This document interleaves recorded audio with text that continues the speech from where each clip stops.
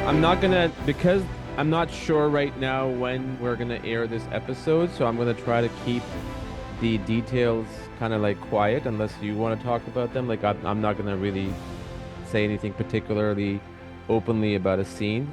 Just a kind of heads up. But I know you edited, sorry, you shot episode 7 and 8, right?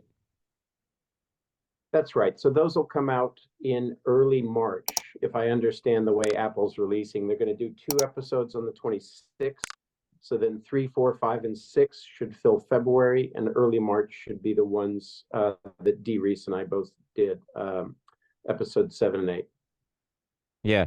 So episode 7 and 8, among there were like 9 episodes.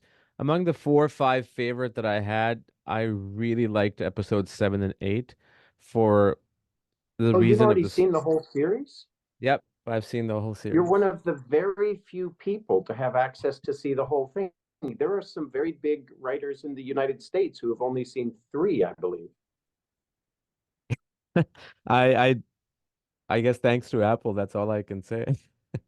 Well, that's great. I'm so glad you've seen it in total. So you saw all the way through the finale nine. Yeah, I did. I did. Nine was originally going to be two episodes. Nine was originally supposed to be 9 and 10. But even at the production level we were working, the decision got made to curtail, to combine. And so Tim Van Patten and his camera person, David Franco, completed one sort of more, you know, enormous episode. Yeah, and it's funny you mentioned that because when I saw the number of episodes before I even started watching them, I saw 9. Normally it's like, 8 or 10, maybe even That's 12, right. but like, normally like miniseries are around 8 and 10 episodes, even way before Netflix days, like, when Band of Brothers came out and The Pacific came out. But great series. I spoke to the author Donald Miller maybe about a month ago. Really had a great chat with him. I spoke to Captain Dale Well, Dye. he's enormously in. Yeah. You go ahead. I spoke to Captain Dale Dye twice, once last year and then one just last week, which we're gonna put up sometime next week, or probably is already up by the time this is airs. And had a great conversation. I'm a huge fan of Band of Brothers. Pacific is not for me as high as Band of Brothers, but I think Masters of Air is kind of now at the level of Band of Brothers for me. And it was such a great series, especially keeping in mind that there's a lot of visual effects, but what's so amazing is that the story keeps everything grounded. That's a great way of putting it, and it's very close to intention, especially when it came to Dee Reese, my director, and myself. We believed that no visual effect could be impactful unless it actually was grounded in the reality of the story of the Flyers and what they were going through, and an understanding of just how bad it was. Because from the position of being filmmakers in 2021, leading very comfortable lives with a comfortable schedule to work on and an enormous production, incredibly well put together by Gary Getzman and David Coatsworth and Apple. It can be easy to forget that these are real hardships and real deaths and real mutilations and real trauma. And we owe a great deal to the people who the story is based on. And I think Donald Miller did an amazing job in that book, an amazing job. And it really inspired me after reading it to do my best to bring it, to the screen in full detail and in full realization that these are real lives and real occurrences. And in fact, the book has even more to offer because you couldn't cover everything that's in the book, even in a 20-part miniseries. So I learned so much and was just so grateful to the opportunity to combine history, the authenticity of being in England to film it, and the enormous attention to detail that the producers brought to it, and the enormous verisimilitude. Their authenticity level was incredibly high. No shortcuts. Yeah. And that goes to the level detail, and obviously in the costumes and the locations. Chris Seegers, our production designer, deserves an enormous tip of the hat. Um, worked quickly and they worked well and they were dogged in getting all the details right. The set dressers, the lead men, the art directors were all extraordinary. And then Colleen Atwood. When you mention Colleen Atwood, it's very easy to forget that the costumes had to undergo enormous transformation to accurately reflect the existence of the flyers, being months in a prisoner of war camp. And the the Stalag Lufts, the ones run by the Luftwaffe, were a far better deal than winding up in a POW camp if you were an infantryman. There was a level of respect from the officer to officer, flyer to flyer, but still, it was not a great existence. We had the great fortune that Alexander Jefferson, one of the Red Tail flyers, had been a draftsman and drew extensively his experience of the Stalag Luft, and his drawings become part of the plot in episode 8. His drawings allow you to understand how they mapped their escape, mapped the idea of how to get out of the predicaments they were in, and also he captured literally some of the angles that we then recreated inside the barracks. From his bed in the barracks, he would draw and we would try to recreate that experience visually and try not to make it too nice. There's a habit in doing war films, period war films, where things can sometimes seem like, oh, that's not so bad. So I commend the film All Quiet on the Western Front for making it look just as bad as it was.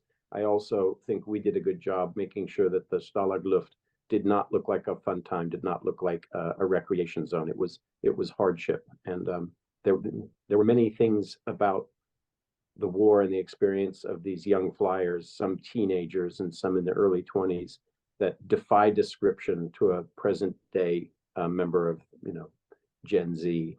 The truth is, and Tom Hanks talked about this at the premiere event, if you survived to age 25 or 26 in Bloody Hundredth, you were considered a veteran. You were probably already a major, and you were considered a significant veteran if you'd made it to that point in your time flying missions. And the other flyers, younger flyers, would call you pops. You'd be called pops, and you'd be 26 years old. Yeah. Now that thanks for sharing that. That's pretty. I know Tom Hanks at the premiere talked about a lot of stuff, but that I didn't know. That's something quite amazing to hear. And one thing I would love to know. I mean, you and I are, we come from a different time era in terms of not the Gen Zs or the millennials, but at the same time, like I've mentioned this a few times on this podcast to Donald and to Captain Dale Rye, is that I come from a military family, like back home where I am originally from, and so the appreciation of I've seen a lot of war movies like Bridge of River Kwai, One Runs Express, The Great Escape, The Eagle Has Landed, like ridiculous amount of war movies growing up, like at the age of 10, 11, 12, and up until the first Top Gun, but specifically up until the second Top Gun, there hadn't been any particular Air Force realistic, focused on Air Force that much. This is the first time, to my knowledge, at least in a series fashion and done properly.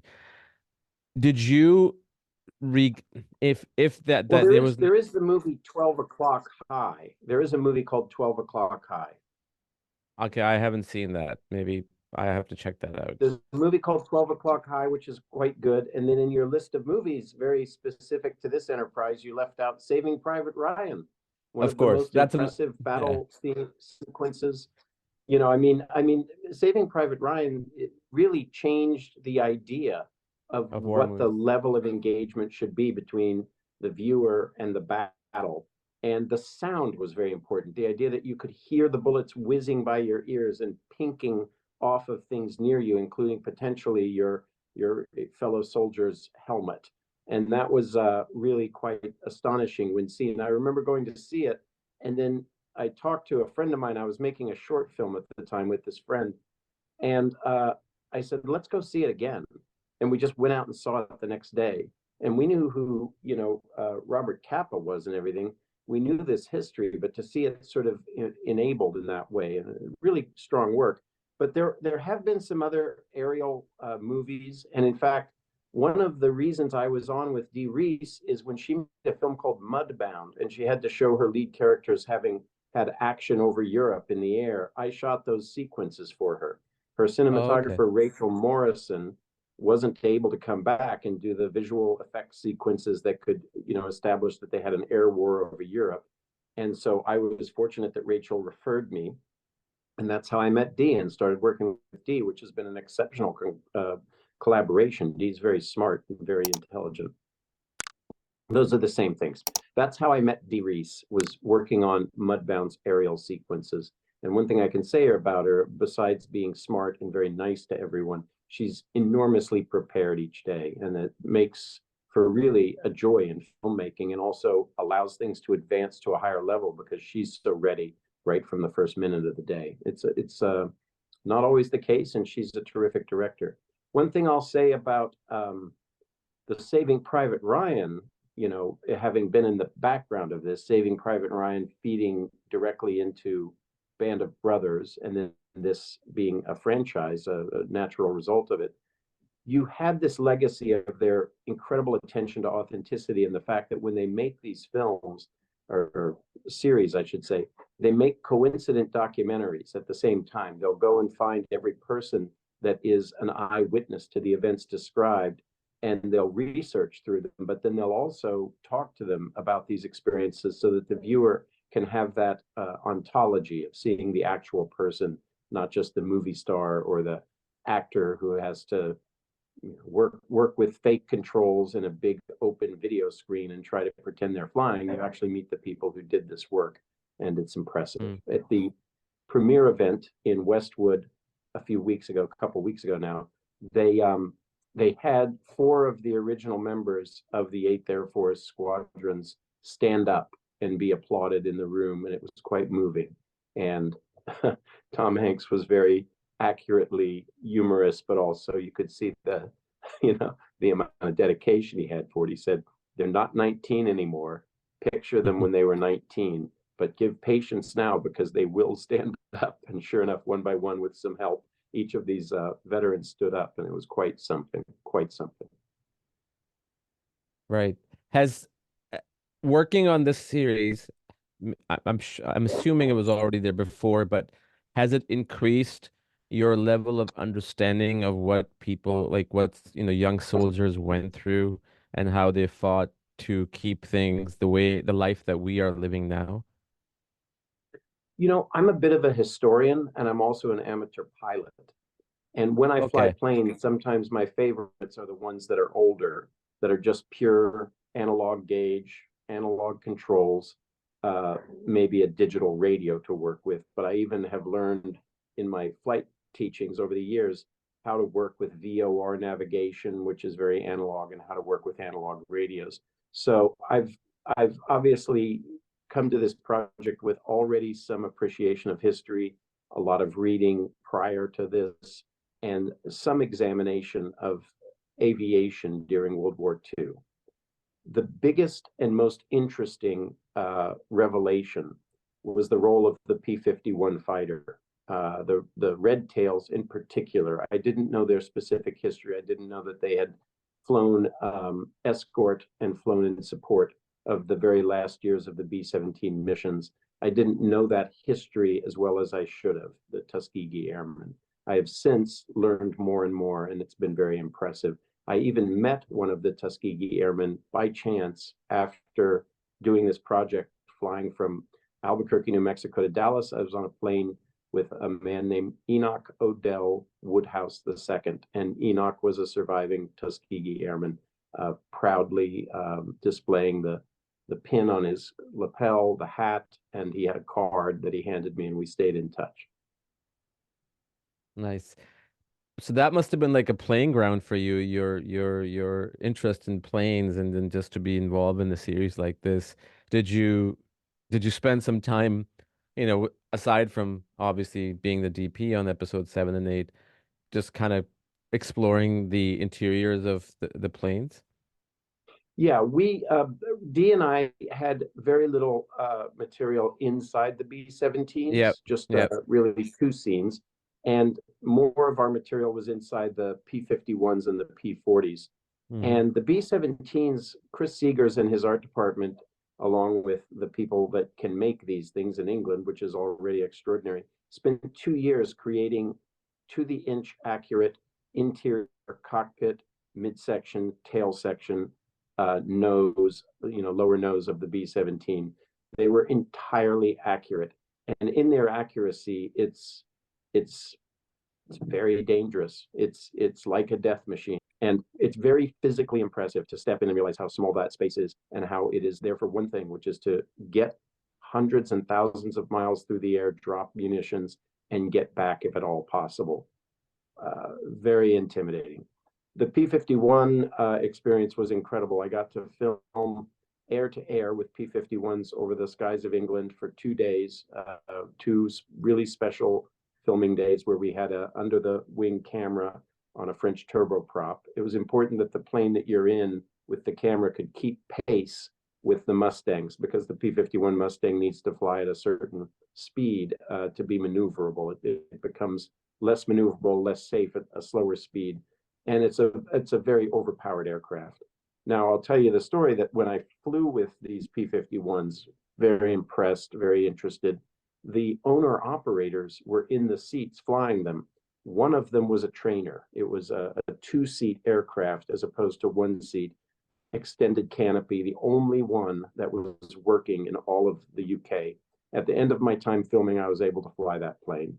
Of course, the owner was in the front seat managing everything. Your controls in the back are the same controls. You don't have the radio. They've got the radio.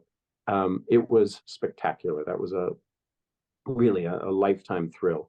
And I'm very grateful to the show for that opportunity. I also just felt enormously informed by being on the show about the legacy of this 76-year-old aircraft.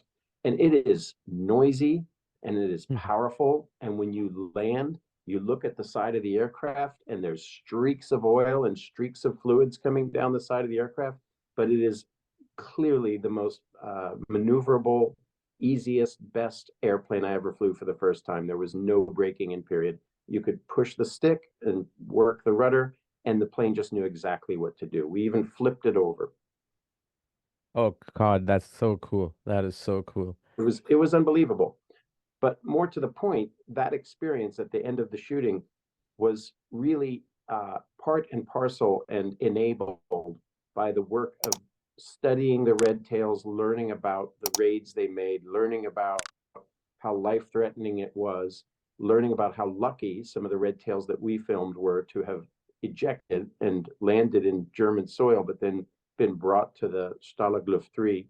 So I was very impressed by the levels of authenticity in our plane mock-ups. And we filmed, we filmed our, like Josiah Cross is photographed in a true and accurate to the inch replica of a P-51 interior. It didn't have all the parts to the cockpit. There were some parts that were not there, but for our purposes, it did the job extremely well. That's amazing. One thing that I really felt watching the entire series, not just episode 7 and 8, but just like anytime there was a sequence of, um, uh, in B-17 or P-51s, whatever it was, when you see enemy planes or enemy fire coming at the plane and the camera is like behind the pilot and you could see in the sky all this gunfire or, all the whatever, all the ammunition coming at you. I was just trying to figure out, putting myself in that pilot seat, not just during that time in the war, any war there ever has been, that you're flying in the air and you have a mission and you've got all this stuff coming right at you. And to be able to make those decisions. I mean, Top Gun was one of those films which was more entertaining, like, it was a little bit different than Masters of the Air or any other Air Force movie or series.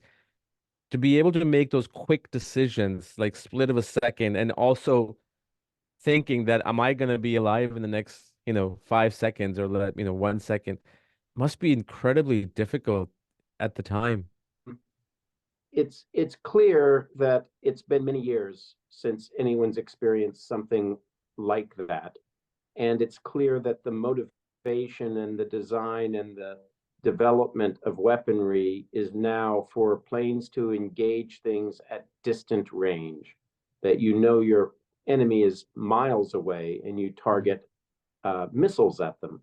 The days of firing machine guns at close range are pretty much over, although there are ground assaults where airplanes go in and strafe parts of the ground. And I'm sure that the people on the ground can suddenly figure out that they're being fired at from that airplane in that space. But I don't believe that modern aerial warfare resembles this at all.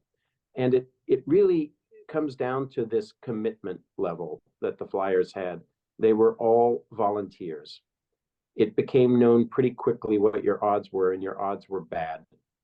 And I think it probably only takes one time of watching out your window a fellow aviator blow up in the air or lose a wing or lose the tail stabilizer and have to try to get out of that airplane before it just spins itself into a death spiral.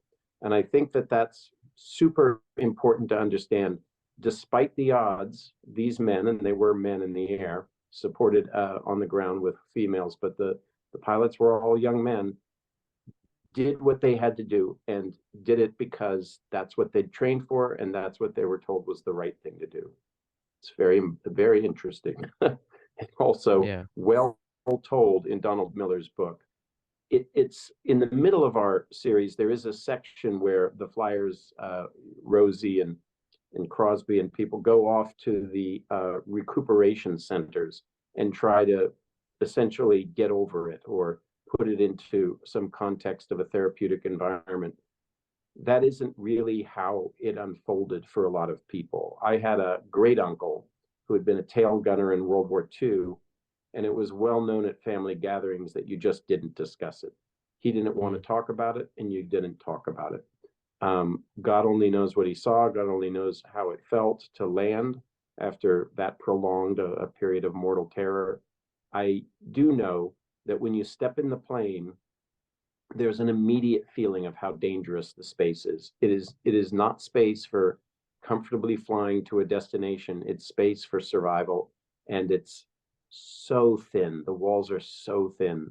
The plexiglass is clearly going to succumb to anything that touches it, and I think it's a testament to people's dedication and bravery at the time that they stepped back into it over and over again. The rules of how the B-17 best worked were also very much against the flyers. The B-17 was supposed to fly straight and level and without evasive maneuvers during the approach to its target. The bombardier took over the aircraft for one reason, to put it on a direct course to where the bombs would drop, safe and level. And once the bombs were out, they could maneuver and try and save themselves from enemy fire. But during that whole process, they counted on the plane's own protections to ward off attack. They counted on luck, and they counted to some part on their spirituality to say, I will get through this. I think the series tells that pretty well. There's even a part during the 2 episodes we did where the people, Curtis LeMay and other generals in the Air Corps, had decided that the B-17s were bait. If you flew a bunch of B-17s at a target, you were going to lure the Luftwaffe up to attack them, and then the Luftwaffe could be picked off by the accompanying P-51 Mustangs. And they knew that they had to have air superiority for January, or sorry, they knew they had to have air superiority for D-Day to work. For June 6th to work, you had to have air superiority. And the way they wanted to do that was lure the Luftwaffe up into the air with these stable, lumbering B-17 flights in big formations, knock them off with the guns from the B-17 or the accompanying attack aircraft. And by the time they got to the P-51s, they had an aircraft that could beat the Luftwaffe. Wow. Incredible. What was going back to the series, and I don't, if you cannot disclose a scene or anything by me asking, what was the most challenging thing or on the set of whether it was episode 7 or 8 that you had to go through to figure out that this is, as a DP, that this is how we should do it, or should any kind of story without revealing the scene? Well, I think what was most interesting to me was that 4 excellent episodes had been begun by Adam Arkapaw. And Adam Arkapaw is a very brilliant cameraman, and I respect his work. I didn't want my work to deviate. At the same time, our stories had different elements. Our stories had the POW camp in large measure, which we were Mm. essentially establishing the different spaces within the POW camp. We also had Ramatelli Air Base, the Italian air base where the Tuskegee Airmen were supposed to fly out of. And look, England doesn't look a lot like Italy. So we had to figure out a way visually to change it up and show that Ramatelli was its own space, launching its own aircraft with different flyers, and that you weren't confused when you went into a briefing room or the officers club at Ramatelli. It definitely had a different Mediterranean, Italian feel to it. And even the grounds outside, the way that the production design staged smaller towers. The P-51s and the P-40s were staged very near the officers' club. The briefing room was smaller and was attached out the windows. You could see the airfield that they were flying out of. It was essentially a dirt airfield. These things helped you. We had a lot to establish. And then East Prussia there, the Stalag Luft 3 had its own issues in that we were only working with about 5 or 6 actual buildings. Everything else was an extension, a VFX extension. So sometimes we'd have to put up enormous amounts of blue screen attached to Manitou trucks or, attached on the sides of things so that you could present the blue screen needed for VFX to extend the base. And they weren't just extending the base with buildings and smoke out of chimneys. They were extending it with people back there too. One of the most incredibly difficult sequences was at night, where we had to fill an entire field, like the size of 1.5 soccer fields, with men for appel, and they wanted to search their barracks while they had them all counted out in the field. And that was a big terrain to light for night, and it's not supposed to be bright and cheerful like that. There are searchlights that we used from the towers, and that was effective. But otherwise, the amount of light had to be meager enough to still make it feel like this is Eastern Germany near the Russian front. This is not, an urban part of the world. And we had to give room for that to extend. And I think they did an incredible job with that night extension at the POW camp. I'll also say that I knew from reading, and I knew from photographs, and I knew from the drawings that Alexander Jefferson, one of the Tuskegee Airmen, had done, that the interior POW barracks were small, dingy, gloomy. The brightest light bulb they would have is a 40-watt light bulb. The Germans were not spending a lot of money on nice lighting or bright lighting for these prisoners. They were in dim and dank conditions, and they were, as you see in the film, not eating well. Their clothes were falling apart. The amount of things that were available to them for creature comforts were very, very few. So Hollywood has this way that everybody should look good all the time. And we had great looking actors, but we also had this verisimilitude to deal with. They should look weakened. They should look hungry. They should look like they've lost weight. They should look like nothing of the Thorpe Abbott's base bravado remains among them. They are struggling to survive psychologically and physically in this cold gray space. And so we reestablished the look within the greater look of the series. We reestablished the look to reflect those conditions. I really commend again Colleen Atwood. I watched her hand work, pant legs and boots and socks to make sure that they looked as distressed as would be reasonable. Some boots were just falling apart or created half out of a burlap bag. I thought it was a remarkable achievement. And yet, from what I can see, and perhaps from what you've seen, the actors still look good and still occupy these roles well. So there was a little bit of that push-pull to make something that was ugly and dark and grim and decrepit and poorly lit, at the same time acceptable to an audience to say, hey, I like looking at this. It's interesting you mentioned that, because when I was watching those scenes inside the barrack, which were, for the lack of a better word, not lit up properly for purpose, but obviously lit up to be able to see it, I was reminded of The Great Escape, the film, where you would, inside the barracks, you would actually see everybody completely lit up, even the background, you could see every crisp detail. And when the first time you see the characters in that situation, so when I was watching it, I mean, normally, depending on what I'm watching, I would like to watch it in pitch black. And when I was watching that episode, it wasn't pitch black, and that scene came and I couldn't make out anything. And then I had to go back completely like pitch black, and then I saw, and it made sense to me that how important that was to have to be able to make you as an audience member feel where they are and what they're going through. Well, we knew we'd be cutting from the POW camp back to action at Thorpe Yeah. Abbotts, where you see the people that are struggling at Thorpe Abbotts to get ready for D-Day. Yeah. And we'd be cutting to the love story of Crosby and the female. I shouldn't reveal too much details, but Yeah. Yeah. Crosby finds a girlfriend, and she's an interesting girlfriend, it turns out.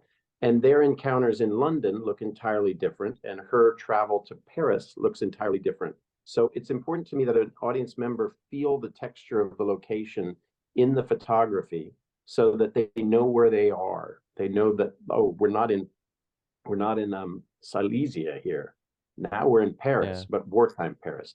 Now we're at Thorpe Abbotts, now we're in the headquarters, which of course has more light, open windows, ability to see people walking around outside. The windows are not grimy, the lamps are brighter.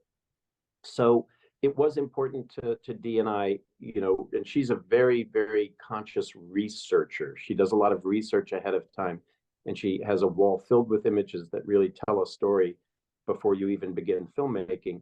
And it was just very important that the while you see the faces of the people and you understand what they're going through, you are not trying to over pretty or take away the grit of the situation.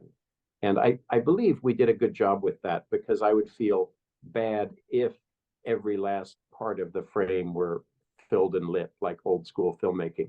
There's a reason that happened. Film stocks were unforgiving, and producers wanted to see the talent that they had hired. We're episode 7. You've seen many, many close-ups of Callum and Austin. You've seen Matt, who's brilliant in it. You've seen these characters. It's time to see them in a different stage of their experience of the war. And in 9, with the the long walk, the forced march out of the camp, it becomes even more grim and even more Yeah. difficult to understand what's going on. Yeah. So I just feel like we owed that to their experience and also to the realities of war, to make sure that it didn't look too inviting, the food not too good, the grounds not too pretty, the situation of even the cold, it has an impact. Yeah. I'll give you a compliment. There was a scene, a shot, I would say, which is part of a scene in episode 7 or 8. I think I'm guessing it's 7, if my memory serves me right. The one of the female characters, the girlfriend, she's walking in a small alleyway, and you have a full body Mm. shot from behind her. That was such a beautifully lit shot. I mean, that, if I think about the entire series, aside from the action sequences, the stories, and everything else, that one shot just stands out like razor knife in my head. I mean, it was beautifully lit. I just wanted to give you a compliment on that. Thank you. Well, we work together. So Chris Seegers and his art team, Yes. they didn't have much time to put that together. We shot it right in central London, about a block from Fleet Street. And the VFX department painted in backgrounds that you could believe, that didn't overly tell you that you were, there's no Eiffel Yeah. Tower to tell you you're in Paris, Yeah. but there's plenty of other items to tell you. And Bell worked with the Steadicam operator, Ross Kosha, very carefully to get those shots to work out. And then we transfer after her hand pushes open that wooden door. By the way, that wooden door in the street of Paris is actually a fake. That was a build on from the art department. Now we cut inside and we're on a stage. And again, we're with the French resistance, and we have to keep the light levels down. It can't be a situation where it's just a little bit too ornate or too nice. We're not doing a James Bond movie here, where every time he goes through some secret doorway, he's just in an even more elaborate, beautiful space. We wanted you to believe that she had entered a clandestine spot where people told secrets and communicated secrets. Yeah. Yeah. And the French resistance, part kind of reminds me. I don't know if you've seen the series on Netflix that aired a few months ago. What was it called? All the Light We Cannot See, based on a Oh book. yeah, that was totally beautiful, beautifully shot. Tobias Yeah, Slicer. yeah, I really enjoyed that Tobias did series. a great job on that. Yeah, it just kind of triggered the series in my head when you mentioned the French Resistance. But kind of going off topic from Masters of the Air, you talked about you did a short film when Saving Private Ryan came out. Obviously, that's been like it's going to be 26 years this June. So, the careers kind of span over a long period of time. And I was going through your IMDb and everything. Would you consider Masters of the Air to be your one of the biggest projects you have worked on, or has there been anything else, or is it one of the best projects you have worked on? Not to undermine anything else. Well, you start to categorize things. Um, Biggest and best in certain regards. Now, I can say without doubt that some of the best writing and best acting I've ever worked on was the show The Americans, which was Mm, Joel Fields and Joe Weisberg, and they wrote a very good set of scripts about a very cleverly imagined situation that was based on real life, where you had Soviet agents that were embedded in the United States, told to wait, and then they will do something. Well, for reasons of television, our Soviet agents are doing something all the time, and it's all there is a certain you have to suspend disbelief to think that their children don't notice that they're out with these missions all the time. But the way the writing brought the Cold War down to a philosophical argument in which you can have, as parents, philosophical arguments about how your children are raised. And here that transformed up to a philosophical argument about which view of humanity's systems of living is going to prevail and is the best one. And that was very interesting writing with beautiful acting. The whole cast, I mean, I don't want to leave anyone out. The entire cast is great. But of course, the leads are Kerry Russell and Matt Reese. And I became friendly with them and liked them and respect them very much. They had a lot of hard work to do. We had not a lot of time and not a lot of money for that show. Now, I also, just prior to this, was doing the Jack Ryan series, seasons 1 through 3. And Jack Ryan had an enormous international ambition. We were sometimes shooting on 3 continents at this, working our way around where you'd prep one continent, be shooting another continent, and be designing the stage for a third continent. And I think that that was a really ambitious, excellent project that reimagined how big you could make television. And some of the sequences in that I'm incredibly proud of. They are hard fought. Some of the work that gets done in Jack Ryan. I didn't do season 4. Season 4 followed right on 3, and I was by that time on Masters. Uh, I've had a lot of fun with all kinds of projects, and like if I was to if I was to select anyone out as being more fun than another, it would be unfortunate because you meet interesting people along the way in all kinds of situations. And even before I began doing, network and then streaming television, I was making these short films and little films, little features, and I had enormously good times working with actors before they were really discovered. I did work with Michael Shannon on a little film called Blackbird. I'm still very proud of how that film looks. We shot it on Super 16. I worked on a mini DV film called Homework with a very young Path de la Huerta. And that film, when it went to Slamdance, it won awards. And it was just because we were just doggedly, 6 of us or something, making as well as we could, given the format, a visual experience. So I guess what you're asking me to say is this is the biggest job of my career. The truth is, on a scope version, you could say that, but on other directives, I've had more complex jobs to do and thus been happier when they came out well. I'm very happy this came out well. It was incredibly well funded, well supported, and obviously very experienced producers. And we were provided the things needed to accomplish big things. That's often the struggle, is you're asked to do something big and the resources aren't there, and yeah, you're having to try and make visual shortcuts to imagine it. yeah. No, I did not know of the series called The Americans, and now I would like to see it in the next Oh, you coming really weeks. should.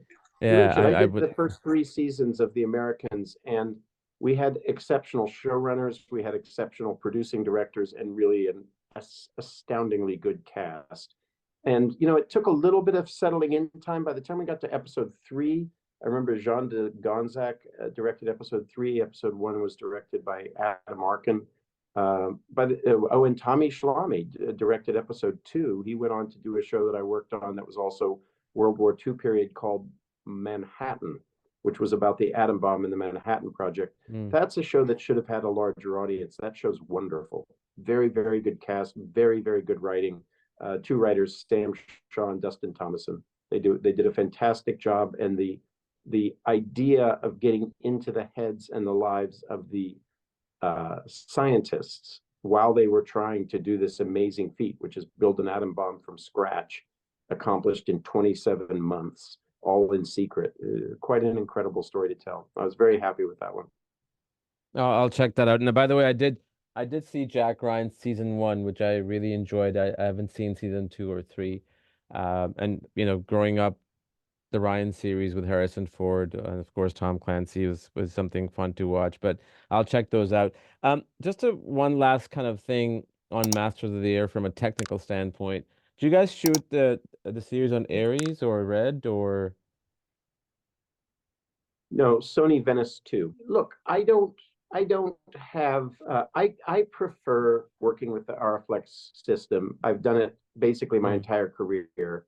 I shot films on movie cams. I began assisting. I was on Panaflex. I like Panaflex optics, and we had great optics for this sort of handcrafted and worked out by Dan Sasaki and Adam Arkapaw, and they were exceptional. And there was a need to have multiple cameras in multiple configurations to be able to run a volume unit where cameras were being attached to or held next to the fuselage parts of the aircraft in a huge volume, like a horseshoe shaped, enormous pixel map screen. And then also break it into the mode where you just have the sensor and the lens up near the actor, and the works of the camera are hidden down below or attached by an umbilical cable. And the crew on the volume, by the time I arrived, had gotten to work that out pretty well. Sometimes we're filming with five or six cameras at a single time on the volume because, quite frankly, the volume was a real time consideration because getting the right material on screen, getting the performers into their seats, strapped in appropriately, looking like they were flying, masks on, all of that. And then it was on a big articulating base, which needed to then have been programmed for shake and tilt so that it seems to be moving in concert with the controls and with the action described. So we use the Sony Venice 2s. I'm excited about Sony's new products. They've come a long way. I think that for me, there's sometimes just a question about the humanity of something. I can totally get behind cameras that do an incredible job with high data rates, high resolution, but I like to find the human element where you connect with the face and the eyes of the performer, where you feel a certain handcraft to the whole thing. And I think it's very interesting how as soon as digital cameras became as good as they are, people started looking at older glass with imperfections and various little flares and micro adjustments at the edge of frame to where the focus falls off or sometimes dramatically falls off to make up for the fact that in a digital world, nothing changes if the camera doesn't move. I mean, that pixel is going to remain exactly where it is the whole shot. There's no gate weave. There's no like analog nature to this. The micro adjustments of chemistry in the laboratory are not present. It's a very cold and very accurate uh, rendering machine. We've all gotten to like them for various things. At the same time, I keep sometimes suggesting film for projects. And I think that Succession, captured entirely on film, shows that you can do this and come away with an excellent result. Yeah, I'm a huge fan of film, and I enjoy watching movies from the obviously 90s and early 2000s, and even having shot on 16 millimeter myself, and then processing it, and then flatbed editing it. It's such a like the word you use is such a like a personal experience that you feel that you are kind of you belong to this stock of film or the foot, 1 foot or 100 feet of a film as opposed to like a digital card. Um, but yeah, it's crisp and everything. But yeah, again, the grain, that little texture that you feel it when you're watching on the screen. Like if you're watching a film, if a movie that was shot on film, you feel like you can touch it, tangible. It's such a beautiful feeling. Well, when I was in college, we edited on a Steenbeck, a flatbed editing system, and you Yeah, learned what 24 frames was. And the term footage is now an anachronism, but yeah, you did think about footage. You thought about your 100-foot spool inside a Bolex, or you thought about your 400-foot magazine inside another 16 camera. And a second was really quite tangibly this. And then when you started thinking about, I really only need a half second, or I need a third of a second to interrupt these two pieces of action, and then yeah, you really had this other experience, this almost architectural experience of time, which I refer to again and again in my head. Music and architecture are very much part of my thinking as a director of photography, and I don't think beautiful. that that's just I don't believe that's just affectation. I believe very fundamentally that when I'm operating the camera, when I see cameras flowing with action, I feel the musical background to that. I feel the undertone and I feel the overtone. And I think it's very important to keep on that pitch when you're working with digital, because it can be so alluring to just say, oh, just this, but it's another thing. Then Yeah. the other thing I would mention is I've used film often for contrasting imagery. At the end of Manhattan, where we blew up the atom bomb in the last act of the last episode of Manhattan, when we had Trinity, there was this known footage of the atom bomb going off. And that's a documented thing in black and white. People have seen it. They've seen it with all the scratches and the various like antiqueness of film. And the scientists themselves had written books about just how bright that was, just what that was to witness. And they had glasses and everything. But what they said that so impressed me was there was not a shadow in the valley, because the light hit the atmosphere, like the atmosphere was one big reflector or umbrella reflector, and then beamed it back to the earth, eliminating all shadow. It was that Mm, bright. And wow. that impressed me a lot. And I said to the producers and the director, who's thankfully amenable to it, we should switch to film for this last section, the dawn moment when the light's barely coming up and when everybody is wondering what this is going to be. Is it going to end the world as we know it, or is it going to advance life, the furthest advancement that science has known?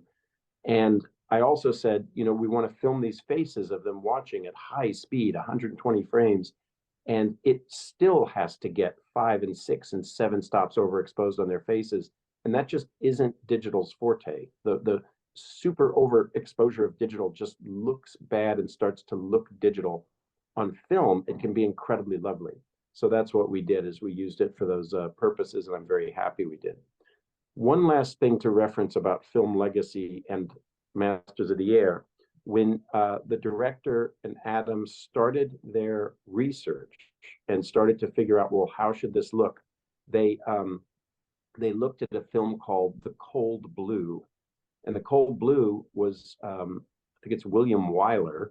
Oh, I'd be very bad if I was wrong, but I believe it's the director William Wyler doing a documentary in the B-17s over Europe with cameramen that he brought with little Bell and Howell wind-up cameras. Of course, they couldn't bring a real movie camera of the day, very enormous and draw of power. So they used these personal wind-up 35 cameras with small lenses, and the footage they got is incredible, and they shot it on color reversal.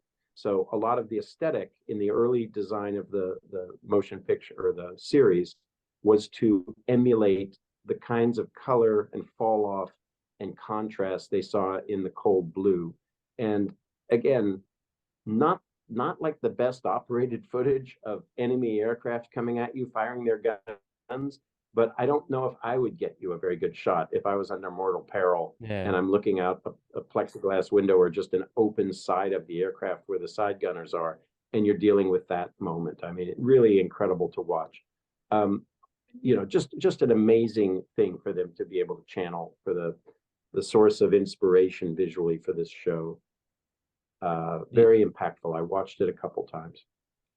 Yeah, and it shows throughout the series the amount of research, not surprisingly, that has got into this. It comes across in every frame, it comes across in every costume, it comes across in every dialogue performance. Great series. And Can I thank you. tell you one little anecdote along? Can I tell you one Please, anecdote? And maybe you saw please, this or maybe you didn't. please. When we're talking about flyers who went down on their first mission or their second mission, people who had just arrived at Thorpe Abbott's, and it was getting to be where they couldn't really make friends with new flyers because they thought, well, this person could be gone in a couple days. And you had the thing where they're bringing in new recruits to fill the beds of men who have died or gone into POW camps or otherwise been lost. There was a moment where we were setting up a shot outside the barracks, and I noticed these foot lockers, rows of foot lockers stacked up outside, and they had names on them, each one stenciled, accurate font and stenciling to the World War II period. And some of the names, certain people's names can be funny, Freilooker, and you're like, well, that's a funny name. And I'm looking at it, and the military consultant overhears me. It's probably Dale. And he walked over and he Mm, says, those are the real guys. And I said, I'm sorry, what? And he said, we researched who would have been a casualty the days before this moment during this episode. This timeline wow. has dates. And these would be the footlockers that would have been out for people to pick up and return to their families. Wow. Wow, that is incredible. Thanks for sharing that. That is awesome. That is crazy. No, it's very, obviously moving. But what I Yeah, found interesting is having seen that, I then just wanted to do the best job I could. yeah. Awesome. Just last question, Richard, if you are able to talk about it. Anything exciting coming up next for you? I have another show for Stars that I begin literally tomorrow. Every job is exciting. every circumstance offers something. It's part of the reason I've stayed in this business now 34 years, and I love it. I love it. It can be overwhelming on personal life, and it can be overwhelming on your body, and it can seem overwhelming when you're into your fifth night, and it can seem overwhelming when something that was supposed to work didn't work, but you figure it out and you keep moving forward. And people say, what's your favorite shot? And I'm always the next one. That's the way. That's the way. That's awesome. Like the key thing is in this industry, even if you think that you're not getting what the dues that you should be deserving, just keep moving forward because that's where it's at. You just gotta keep moving forward. Yeah, and also gratitude to the people that help you create. Yeah. I've talked endlessly about prop persons, the importance of the prop person, the set dresser. I've talked endlessly about on-set dressers who, when I notice that person's shirt, I still see the folds because you took it out of a bag just like 12 minutes ago, and they're like, yes, yes, I'm going to get a steamer, or you look at the work of the drivers. Sometimes locations are challenging to get all those trucks into. They go in the night Yeah. before, they get very little sleep to achieve that, and they still have a sort of can-do attitude when you see them at 6 in the morning. I really I love my camera crews. I was a camera assistant myself for many years, and as a result, I feel a certain camaraderie to the work that the camera crew has to very repeatably and very reliably do before you even turn the camera on. So, Yeah. Well said. Well, thank you so much, Richard, for your time. Wishing you all the best on the next project, and I'm going to check out Americans, and perhaps we can chat about that in the near future.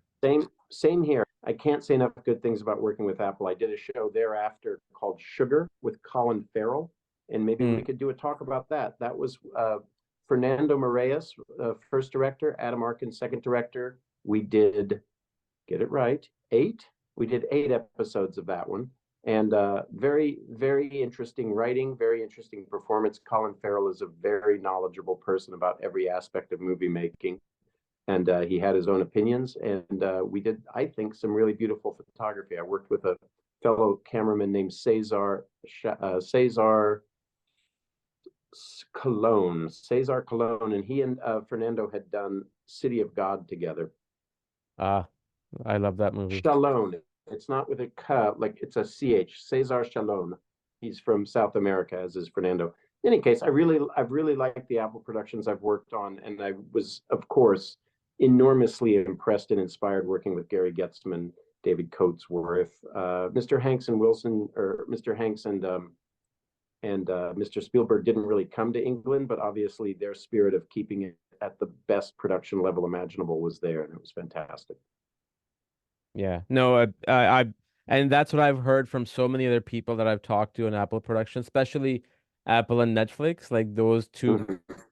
platforms, everybody, like, whether they're DPs or directors or production designers or costume, they rave about Apple and Netflix and how they gave them, sort of complete freedom and great budget and just, not like your typical studio kind of an approach. Yeah, they seem to understand that if you're taking it to the limit you want, if you're taking it to the space you want it in, you're probably going to create a superior product. And heck, Netflix flew David Friend, or no, who is it? The guys who did All Quiet on the Western Front. Uh German director Ed Berger and Mm-hmm. his cameraman. I think it's David Friend. I didn't know Friend Jim or James Friend. Yeah, James Friend. So Berger and Friend. I saw James Friend, and he's like, "Oh yeah, Netflix flew us over from London in their jet," and I'm like, "What? It's just amazing." Yeah. Well, Let Netflix know. Let Netflix know next time they want to fly a jet. I'll be the co-pilot. I'll be thrilled to just handle the co-pilot. that would be awesome for sure. Absolutely. Sounds good. I'm looking forward to Sugar as well. I didn't realize it's a show in the process of coming out, so we'll talk about that too. I'll stay in touch directly with you too as well, Richard.